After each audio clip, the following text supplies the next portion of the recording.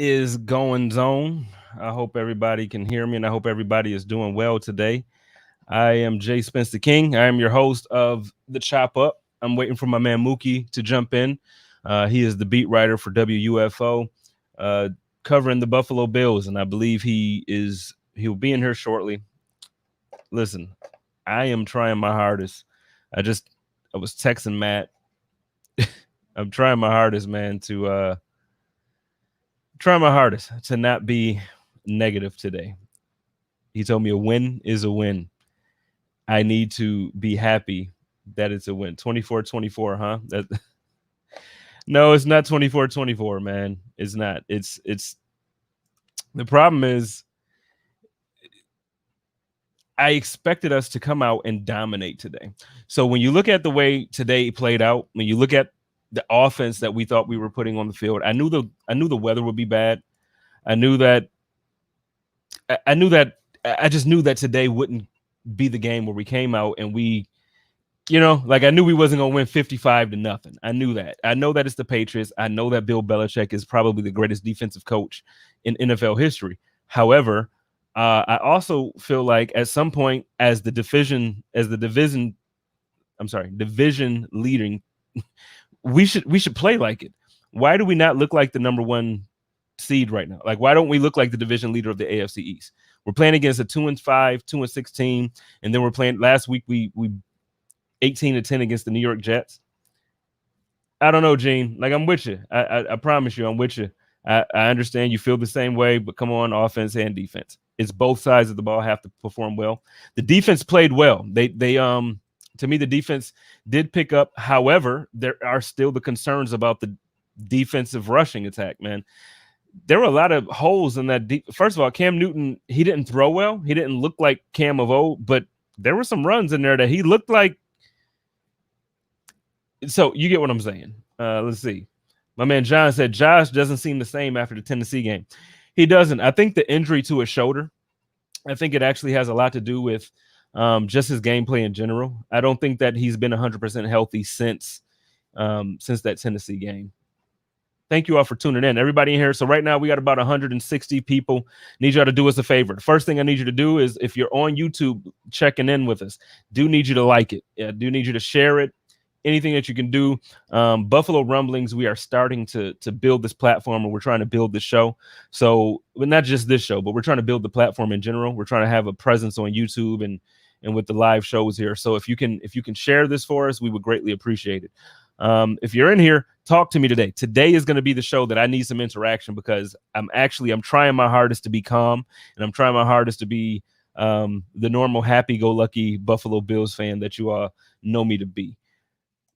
Let's see. Chris says the offense stuttered a bit, it seemed, but that defense aside from Zimmer was rough. Defense, you're right. I can't say that it was rough, though. And I know that Zimmer at the end of the game forced that fumble with Cam. And I know that there were a couple other plays that he made that, would make us feel good about it. But I just can't say that the defense played bad completely. I just don't like the rushing attack. Cam Newton has some plays there where he actually, like the first quarter, the very first drive of the game, he had, like, it looked like the Red Sea opened up, man. Like, it completely parted. And it was like, what the heck is going on? My man Joe Miller is in the house. What's up with the voice?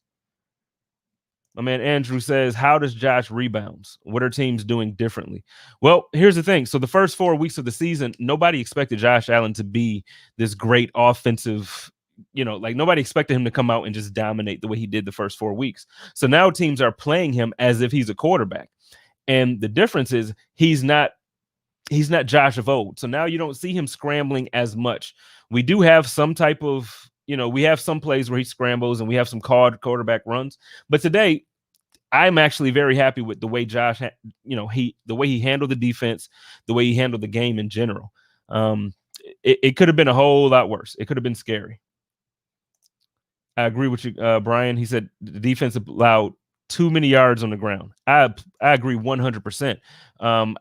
The thing going into this game that I was nervous about was Cam Newton and the committee of running backs that they have there to, just to have their way with the Bills. And I got to look up the stat. Actually, you know what? I'll look up the stats now before Muki jumps in, so that way I have some ammunition when when he comes in here. But the numbers that we saw for the running backs that New England have, there's not an excuse. And so like I said at the beginning of the show last week, everybody said a win is a win, Spence. A win is a win. You gotta be happy with a win. No, I don't have to be happy with a win, because when you have guys other than Cam, and even Cam, because Cam isn't the Cam that we have grown to know. He's not the same dominant running quarterback or passing quarterback that he's been. So when you're talking about, a win is a win, and then you have these running backs or these players making big plays against the team, I can't see it. I can't see it, and I can't just be happy about it. I'm sorry. You got Damian Harris with 102 yards on 16 attempts and a touchdown. He averaged 6.4 yards a carry. That's crazy. That is crazy. Last week it was Frank Gore. He averaged 5.5 yards a carry. But New England Patriots, they had nobody on offense to scare me. Nobody on offense to scare me. But yet we still gave up 21 points. Cam Newton ran for a touchdown. Another guy ran for a touchdown. And then, man, I get it. It's a win is a win. And I need to be happy that we won. Is it too much to ask for us to win in convincing? Is it too much to ask for us to win as if we are the number one seed in the AFC East? I just don't get why that's, I got yelled at after the game. I posted like this was a horrible performance by the team, and I got yelled at by it. Let's see. Who else do we have in here? Like I said, my man Joe is in here. We got The Voice. Alfonso says, I love my Bills, man, but it's hard to watch them. Listen, my heart beats 1,000,000,000 miles per hour when I'm watching this game. And not just this week. I'm saying in general. Every single week, my heart is beating 1,000,000,000 miles per hour. What up, Big Tim? What's going on with your big dog? Who else we got in here? Well, do we go get Desmond King? That's a good question. I can't say Desmond King is the guy to go get, but I will say that I feel that a move should be made. We need somebody on that defensive line to come in there and plug up. We just need somebody to take up kind of what Starr did last year. The way everybody said that we wouldn't miss Starr, we absolutely missed Starr 1,000,000,000%. This guy, no, he didn't do the flashy stuff to where he's dominating and getting 4 sacks a game, and he's not. However, he was doing things that freed up other players. Bringing back my point about Jordan Phillips getting the sacks that he got last season. If it wasn't for Starr Lotulelei definitely freed him up for those and other players. He's not doing the same thing in Arizona right now. He's just not. So, like I said, as far as Desmond King, I can't say if it's him, but I do know that we need somebody on the defensive line in that defensive tackle position. We have Seattle next and then the Cardinals. What do you think about the way we're playing? We don't look like we have the confidence of a 6-2 team. I agree with you, John. The problem that I have with the way we're playing and the way that we're performing is not we won. So I can't be the guy that's like, it's still we won. But I agree wholeheartedly. We tend to play down to the talent that we're playing against. And then the last 2 teams that we played, who I consider to be good teams, being Tennessee and Kansas City, it doesn't look like we did enough. We didn't do our part to go into those games and look like we were competing with the best of the best. So I'm not as confident, man. Seattle, listen, they're winning right now, 37-20. San Fran is making a comeback currently, but it's the fourth quarter. It's 2 minutes and 47 seconds left. Nobody's winning this game, San Fran, they're not coming back to win this game. So I agree. We have to do a lot more if we're going to win this game next week. Any update on the Stephon Diggs injury? As of right now, no. I am waiting for Muki to jump in. He actually is finishing up, I believe, with the interviews from the coaching staff and the other players. So when he jumps in, we're going to ask about Sean McDermott's reaction. He made a comment that I really want to ask Muki about, kind of see what his thoughts are about it. He mentioned that AJ Klein is a very valuable piece to this team. I'm not seeing it. But Diggs is hurt. It looks like it was a lower back injury. I'm not sure if it's anything serious. I'm not sure if it's anything that's going to hold him out for next week or anything like that. So we'll see. We'll see what the updates are. Sean says, how different would the defense be if we had a sold out stadium of hostile fans backing them? Do you think that would make a difference? Sean, I do think that the presence or the lack of presence of fans actually do play a role in the way that we see teams performing this season. I think in the past we've seen and we've been a part of it as Bills fans. The Bills just haven't been like a great team over the last however many years you want to look at it. However, there have been times that teams have come into Orchard Park and it's just a tough place to play. You hear teams talk about it all the time. The best teams and some of the teams that weren't so great, you hear them talk about how tough it is to play in an environment where you have the fans that are just going crazy. And Buffalo is one of those environments that it reminds me of a college town. Obviously, we have UB, but UB is nothing like the Buffalo Bills football program. So we've really taken a college feeling to our professional team, and it shows. So I do agree. I think that if the fans were there, man, it would make a huge difference. And what I'm thinking is today, if the fans were there, it wouldn't be 24-21. But the thing is, we also have to understand that the way that we're playing these games, it's the new normal for the way the games are going to be played. Guys aren't going to go into these stadiums with 70,000 fans and they're screaming and yelling anymore. You might get lucky at some places with 4,200. Like, so for instance, when the Bills play against the Cardinals, there's 4,200 fans that are allowed to be in the stadium. Then you also have, you got some other games where fans are allowed and it's about 13,000 to 12,000 people. But again, even with that, it's still not the 70,000 fans that you're used to screaming. So today, if we were able to have a sold out, come on, it's the Patriots game. It would have been live. It would have been jumping and bumping. If we would have been able to have the fans in there for today's game, I really don't think it would have been 24-21. But like I said, the new normal is we're not having fans. So at some point, we need to figure out, with fans or not, how to go in there and dominate against teams that we need to dominate against. And I get that it's the Patriots. I get that we've had all of these, the issues of the past. Listen, we just got to go in there and dominate. I'm going to bring my man Muki in now. We're going to catch up with Muki. We're going to talk about just his reaction to the game. We're also going to talk about, the questions that I mentioned that I want to talk to him about, what Sean McDermott said about A.J. Klein and some other things. My man Mark, I'm on the same page as you, man. He got to go. What up, Mook? Yo, what's good? What's good? Let me do this here. Yeah. From it. There we go. Man, I gotta ask you this before we get into anything. Before I ask you anything about the interviews and anything about what the hell, what the hell happened? That is 24-21 today. Well, it's definitely not the game that everybody expected. You know what I mean? I didn't expect it, but I don't know, man. It's just like a method to the madness, but we still are not getting any pressure with our front four. I kind of figured that the Bills would figure that one out when we played the worst team in the NFL last week, and our front four wasn't getting that pressure. Then second half they made the adjustments to where they were sending everything but the kitchen sink, and that proved to be what needs to be done going forward. They didn't do that again in certain times of the game today.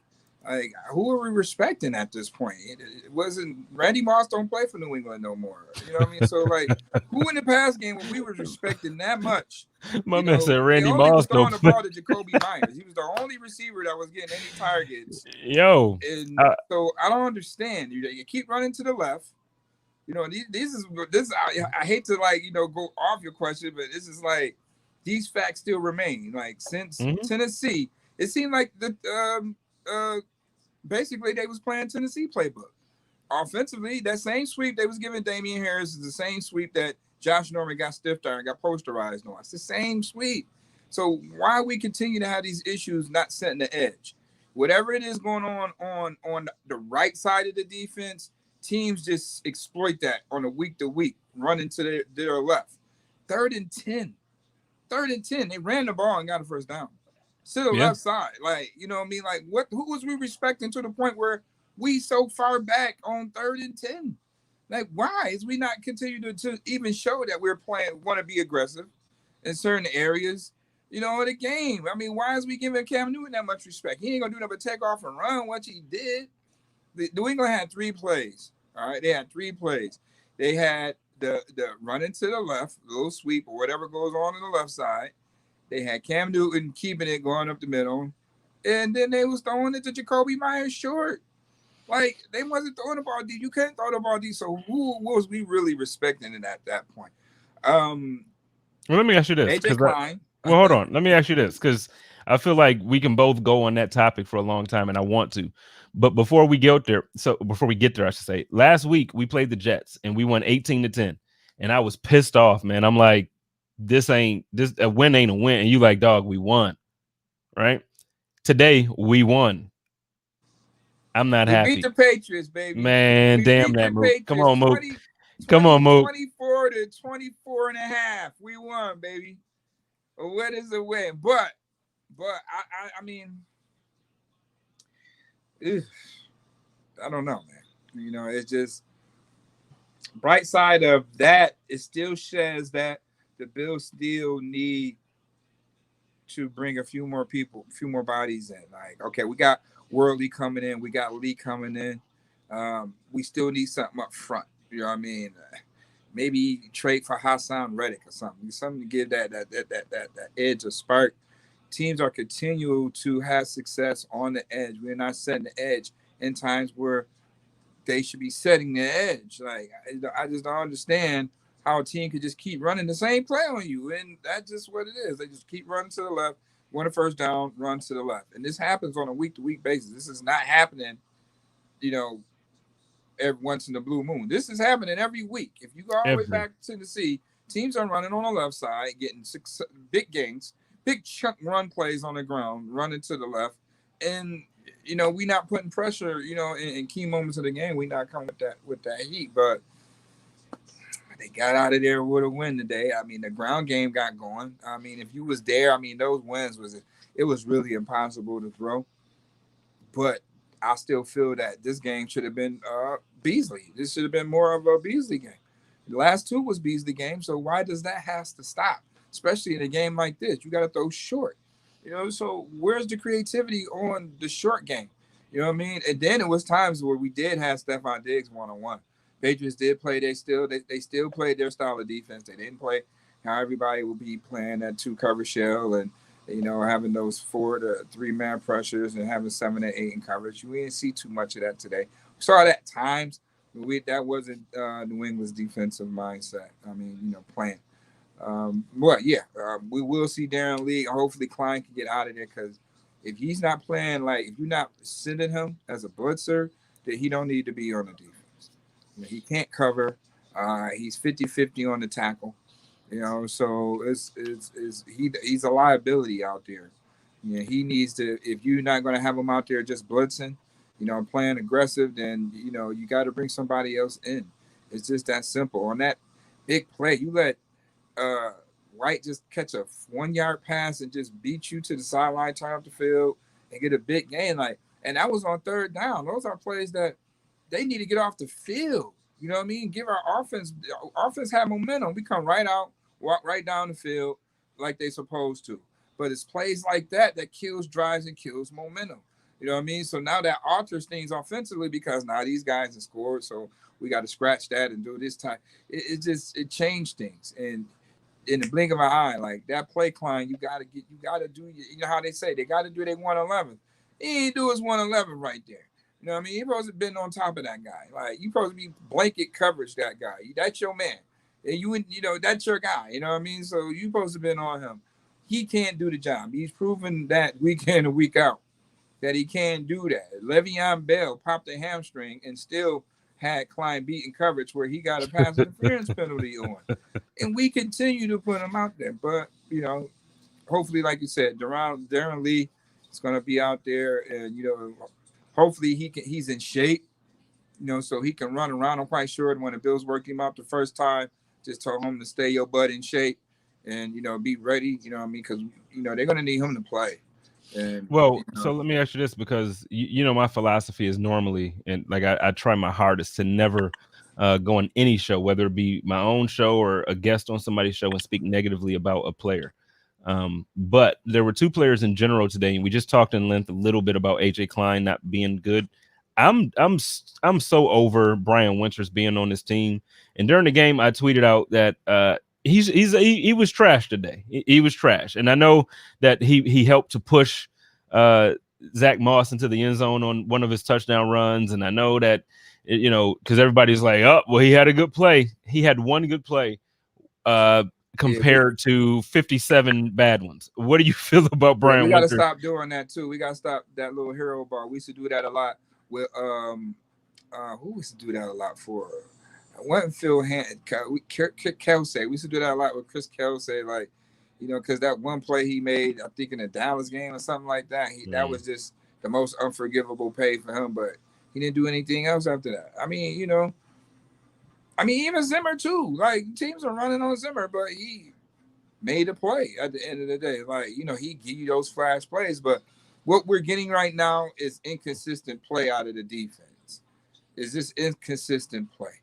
And Coach McDermott, don't stand for that. But it's like, what can you do? You know what I mean? That COVID has really messed everything up. The Bills started off with at least like $22 million in cap space to play with. Since they did the new cap, thing due to COVID, now they only had $2-3 million. So you can't really make no trade for no big time player Here's the thing. Sorry to cut you off, but hold on. Sorry to cut you off, because here's the thing that confuses me about the cap. When you look at teams like Kansas City that literally came in, I think they came into the season with $20 in cap space. Like, it was something ridiculously low. And it was literally like a number like that, like $20 or $80 in cap space. But then they extended Mahomes, they extended Jones. Like, they're doing things with money that they don't apparently have. And then you look at a team like the Bills, who came into this season in a very healthy cap space situation. And now it's like, oh, they got about $2 million, $3 million to play with. I really don't understand the cap space and the way this whole year is playing out. What's so different this year with the cap? Because it's confusing me. Yeah, I mean, COVID is messing up a lot of money, and all that revenue and all that stuff goes into the cap. So, once the NFL figure out what's everybody's cut for the year, then they have to put their numbers together with that. And then once you add it up, whatever's left is what you have to deal with. Mm-hmm. You know what I mean? So it kind of puts you in the bind player-wise. So the Bills can't really will and deal the way they want to, what they used to do back in the days. They can't do it, unless they give up draft picks. And, you want to hold on to your draft picks because you might need them somewhere down the line. But, that's why you see, guys like Darren Lee. You're going to see free agents come in. They could make a trade, say like they would trade for Hassan Reddick. He's on the end of his contract. This is basically his contract year. So, he's probably only holding $2 to $3 million on the cap right now. So the Bills can afford to bring him in for this year. Maybe have him come sign a 1 year prove it next year, or just move on from him. But, they needed somebody that's going to make an impact right now. I think he can do that. We just need somebody to set the edge. The interiors is going to be the interiors. But they need some help on that edge and that rotation. Jerry's doing all he can. Mario Addison flashes at times. But after that, you don't get nothing else. Trent Murphy remains to be seen. I put an Amber Alert out for him last week. Didn't see him. Put an Amber Alert out for him again today. Didn't see him. You know what I mean? The only thing I know is he holding on to $8 million of somebody's money. Where is he? Well, he's definitely he's taking somebody's money, and he's just doing what he just out here on vacation, just taking money. I tell you what did impress me today. Feliciano made a huge difference on that offensive line as far as the running game. I know we just kind of had a moment there where we talked about Brian Winters not playing well. What are your thoughts about Feliciano, performing and really providing a boost to this rushing attack? Well, he came back just in time, right? Mitch Morris go down, so, we had the Reservoir Dogs come in today, man. We had Ryan Bates out there, Ike Bodiger. On the flip side, on the defense, man, I even seen Brandon Bryant flash at times out there on the defensive line. And those didn't know who he is, you know what I mean? Was it 74? He was out there. He was getting some penetration. Who else was out there balling? Andre Smith, he was balling out there at times. Mm-hmm. But they don't need to be out there all together at once in certain situations. You know what I mean? They just don't. But that just goes to show you what they really got to do to, keep this thing going, because the defense is really nicked up. You know what I mean? And they're really still trying to get some chemistry. So it's just like right now, they just like a chemist, man. They just trying to make sure what mix is right and go with that. You know what I mean? But in the meantime, they still manage to win ball games. And at the end of the day, it's a lot when you miss a Micah Hyde out there. You got your quarterback, your defense is not out there, and they already dealing with, the loss, not having Lorenzo. Those are two key signal callers for you out there. You know what I mean? So, hey, the Bills won the game. It's not the way we would want them to, due to the fact that the Bills did have a little bit more dogs than New England did. So we was expecting to see a little bit more onslaughting. We expected to see more drives that we saw in that first drive from the Bills. Didn't happen that way. You know what I mean? Just didn't happen that way. They got to get better at that. Sometimes they be in their own way. You know what I mean? Well, so before we jump into the next topic, I have a special guest who's going to join us really quickly, who normally doesn't make many appearances on camera, especially on camera. I got my man Bruce Exclusive joining us. He's going to jump in. We're going to talk a little bit about the offensive and defensive performance. How's it going, Bruce? Jay Spence, I'm doing good, man. How about yourself? Man, thank you for hopping in. Hey, thanks for having me. Anytime. We got my man Muki in as well. Listen, Bruce, I wanted to ask you, because I've asked Muki straight out, and he shares the same feelings that I do. So Coach McDermott said today in his post-game presser that AJ Klein is a very valuable part of this team, and he plays big for us. How do you feel about AJ Klein's performance today? We got some people in the comments here who seem to think that he didn't have a good game. That's how I feel. So how do you feel? Yeah, I would agree with that. I would agree he didn't have a good game. I do think that sometimes Coach McDermott likes to have a little fun with us when it comes to questions like that, because he can have the opinion that AJ Klein is valuable and still think he doesn't play well, because the things that Coach McDermott values are sometimes not necessarily the stuff that shows up for us when we watch the All-22 and when we watch the broadcast angle and we watch missed tackles and we watch missed assignments. The things that Coach McDermott values sometimes don't really line up with the stuff that we always see. He values things like Star Latule being the first one in the building and the last one out, and talks about how valuable that is. He values leadership. He values people who work hard and set good examples. He thinks that there's more to someone's play than just the thing on the field. So you and I see AJ Klein not playing well and think, come on, man, like, this is obvious. And then Coach McDermott comes out there and says, he's very valuable. And we go, come on, Coach, really? Really? Is that what you think? But to be fair, Coach McDermott is finding a reason to speak positively about him. It finds a reason to show that he has value. And we know that Coach McDermott is willing to say things to get points across, specifically when it came to Tremaine Edmonds last week. And he said, yes, he needs to make more plays. Do I understand exactly why he hasn't taken that same approach with AJ Klein after he's currently not really played all that well in limited action, replacing Matt Milano and things? No, I don't know why he did that. But I really think that that's what that is. What Coach McDermott is doing is he's finding ways to speak on AJ Klein that don't revolve around the fact that he's missing tackles. Okay, well, let me ask you this then. So we saw AJ Klein not performing well. They pretty much had Matt Milano kind of on a pitch count in a way. They were rotating him and AJ Klein out, pretty much throughout the game.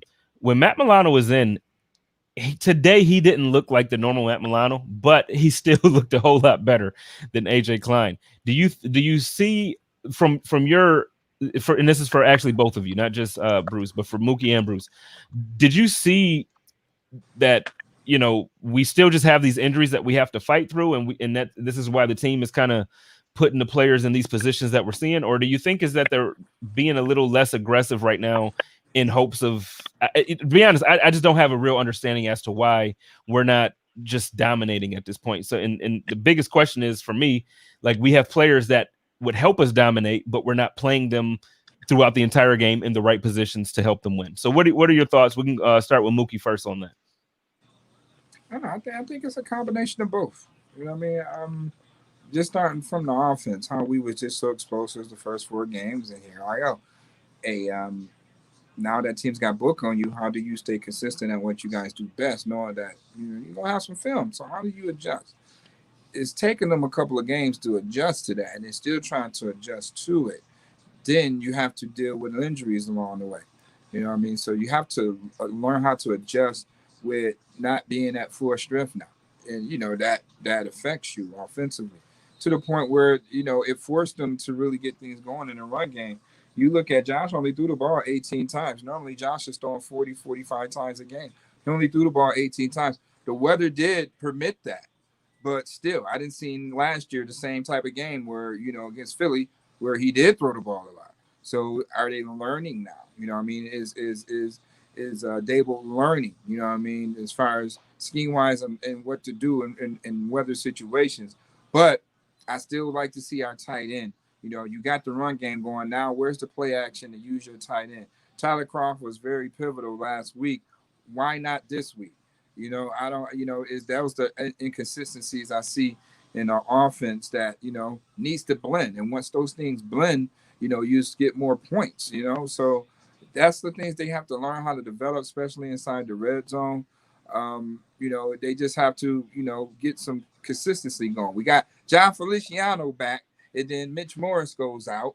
Thank God Feliciano is intangible enough to play center, so everything can still flow right with our rotations with Ike Boddicker or Ryan Bates, and they had to shuffle Winters around.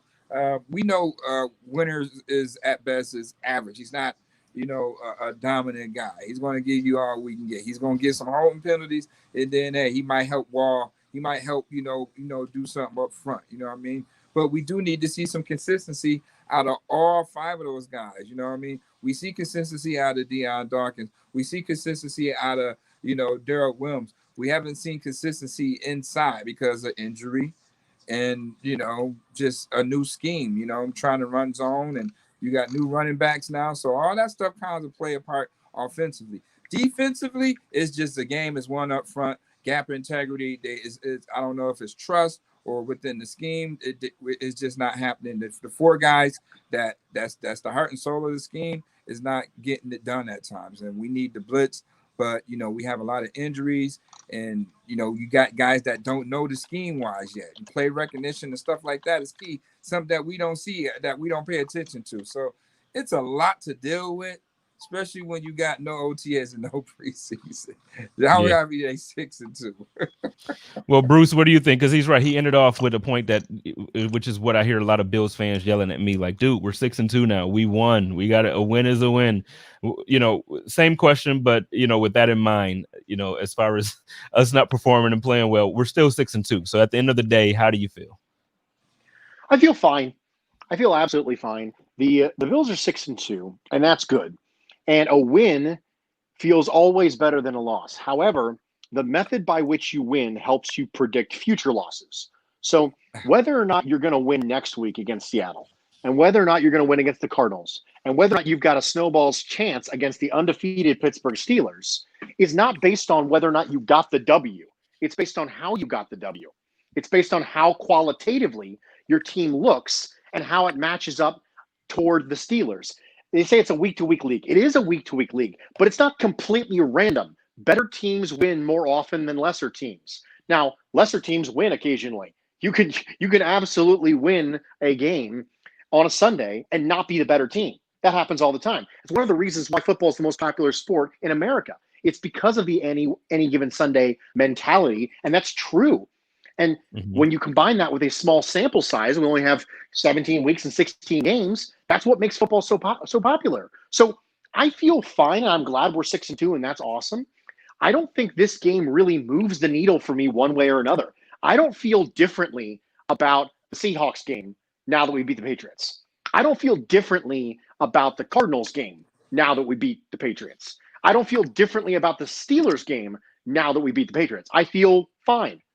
And that's my general vibe. When it comes to the injury stuff, and Matt Milano, which you talked about a little bit, on the 3rd and 10 run, that Rex Burkhead got that was so frustrating for all of us, you could see Matt Milano reaching out with that left arm where he's got the pectoral injury there, and it wasn't quite able to do what it normally does. So absolutely, it's a factor when it comes to Matt Milano. Now, Matt Milano is in more positions more often that are beneficial to the defense than AJ Klein is. So even with a bad left arm, he's still a more valuable asset to this defense than AJ Klein, just because he moves better, even if he's not tackling the way he should. But those are things that, unfortunately, we're just going to kind of have to deal with right now. And there may be a chance that Matt Milano might be on a pitch count until the bye. Okay. Well, you just mentioned too that, okay, you don't feel differently regarding the games coming up. So, we got about 10 minutes left, a little less than 10 minutes left in here now. So next week we do go up against the Seattle Seahawks, and we just saw them beat the San Francisco 49ers in a convincing manner. I know that they tried to make a comeback here and tried to make it interesting. Didn't quite work. I think to this point, Russell Wilson is the league MVP. If we were to end the season today, I think he would win it convincingly. We'll start off with you again, Bruce, since you just finished off with that question. We'll start off with you. Going into next week, give me something to be excited about after, because I'm disappointed after this game, just being honest. So going into next week, what do you think are keys to victory, or how likely do you think it is that we would be able to go into, well, Seattle's coming to Buffalo, but how likely do you think it is that we can absolutely come out of that game with a win? It's possible, and it's possible because much like this game, I didn't think matched up super well with what the Patriots did well, what the Patriots don't do well, what the Bills don't historically do well, what the Bills do well. The game against Seattle, albeit against an MVP candidate in Russell Wilson, which is always a bad thing. However, the thing that the Seahawks don't do well is defend the pass against wide receivers. The things the Bills do the best are throw the ball down the field to wide receivers. So that's the reason why you should have some optimism about the game coming up against the Seahawks, is that stylistically, it's a better matchup than the Patriots game is, especially when you consider the fact that we're probably not going to have the same amount of weather that we had during this game. So if there was a chance for the Bills to go back to that offense that you saw weeks 1 through 4, if there's a get-right game for the Bills, much like we thought the Jets game was going to be a get-right game for the Bills, if there was a chance to have that game, Seattle is the opportunity. Seattle's pass defense has been woefully insufficient thus far this year. So I will hit the panic button on the Bills' passing offense, which has seemed to kind of disappear a little bit over the last couple of weeks. I'll hit the panic button if they're not able to move the ball effectively against that Seattle secondary. Okay. I now, so we'd have a comment here from Sean that says the defense isn't as good, so they could possibly win in the shootout. So it goes to your point about the passing defense and everything. Muki, you want to follow up on that? Yeah, the bright spot to Seattle is just the offense. The defense, that's why they went on and got Carlos Dunlap from Cincinnati to get some pressure going up front, because they've given up 368 yards a game in the air. Mm-hmm. And, you can run on them, too. They're giving up 110 on the ground. So, all in all, these guys are just about giving up almost 500 yards of total offense a game. So, if I'm Coach Dable, then, I'm looking right now to really open up my playbook against a team like this because, they are high-powered offensively. So, you're going to have to be really ready to come with your heavy hitters. You're going to have to dial it up. I mean, I understand the 10 to 12 play drives, but sometimes, man, you just got to dial it up, and they're going to give us every opportunity to do that. Okay, everybody knows that Seattle's going to be the favorite, so the Bills coming in as the underdog ain't got nothing to lose. Potential Super Bowl atmosphere team. You might see these guys down the line in Super Bowl, things click right. You know what I mean? So it should have that Kansas City type of mantra, that type of feel, that type of intensity, that type of preparation, hopefully without backing off. Please don't back off of Russell Wilson because he will run the ball. Okay, but at this point though, the magic number is 1. Bills got to win one more division game. They could be 8-8 and 6-0 in the division, or 5-1 in the division. they get the home playoff game, and then it's 2 more games after that. So long as they can do that, they in contention of that. That's the main goal, and then everything else could sort itself out on a week-to-week basis with 2 games practically left in the season. Well, my man Mark here says nobody thought we had a chance to beat the Rams or the Raiders either.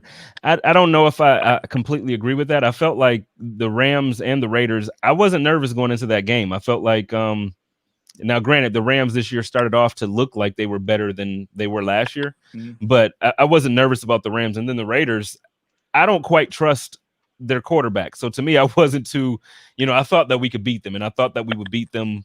I didn't think it would be difficult.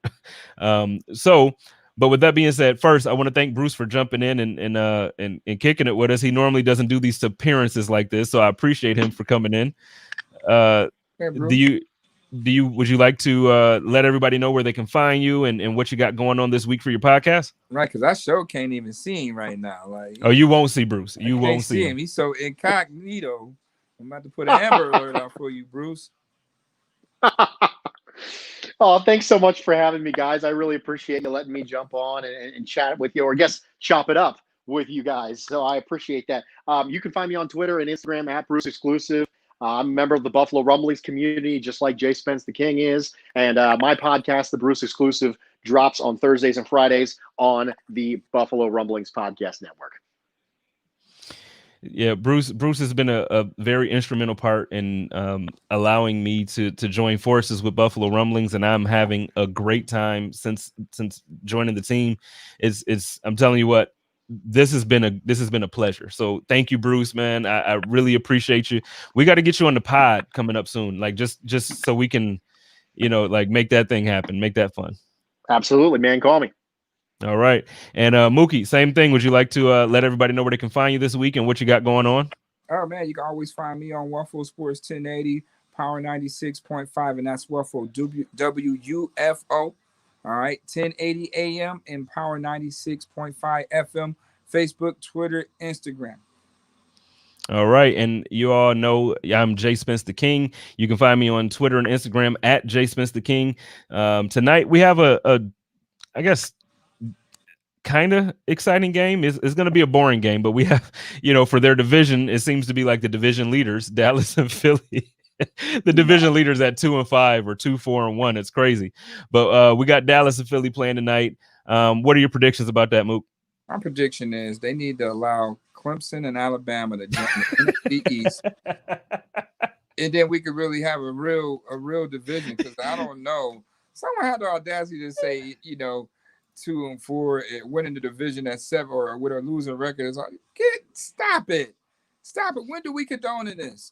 How is you 2-4, 2-4-1, and you the head honcho in your division? Mm-hmm. Where's this ever been happening? Clemson, you put Clemson in Alabama and play Dallas. Dude, the scary thing is you're really gonna have a team that's gonna be a division champion with 6 wins. This is gonna happen this season, and it's gonna be one of 3 teams. The entire division is horrible in that way. So tonight we got that game coming up soon. So like I said, we're gonna let this ride, because I know last week as soon as it hit 8:00, it seemed like everybody was like, all right, last game of the night. So we're gonna let everybody go. Thank you for joining us. Thank you for spending some time with us. I will post this later in the week. So if you end up if you missed Muki and Bruce now joining us tonight, if you missed it, I will repost this at some point later in the week so you all can catch up on it. Thank you so much for joining us. Check out Dakota Conic this Tuesday. Check out Mook, and then check out my man Bruce Exclusive. We got some good stuff coming up with Buffalo Rumblers. Everybody have a great night and love each other. Have a good, peaceful night.